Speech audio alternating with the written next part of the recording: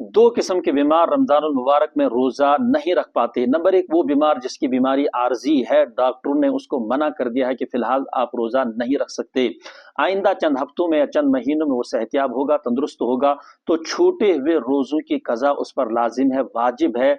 फिदिया अदा करना उसका हल नहीं है, उसके मसले का हल नहीं है।